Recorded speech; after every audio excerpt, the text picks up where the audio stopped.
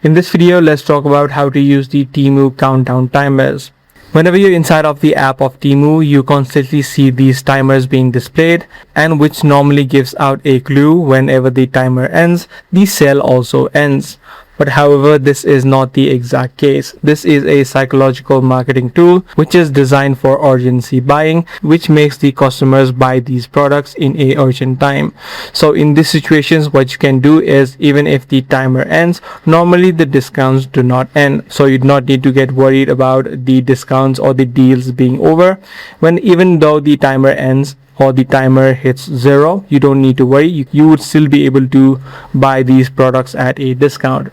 In terms of the sale being real, these are real sales and not fake sales, and you would actually get the discounts even though the timer ends. So this is the exact thing that you need to know about Temu. If this guide video was helpful to you, be sure to subscribe. I'm gonna see you in the next video.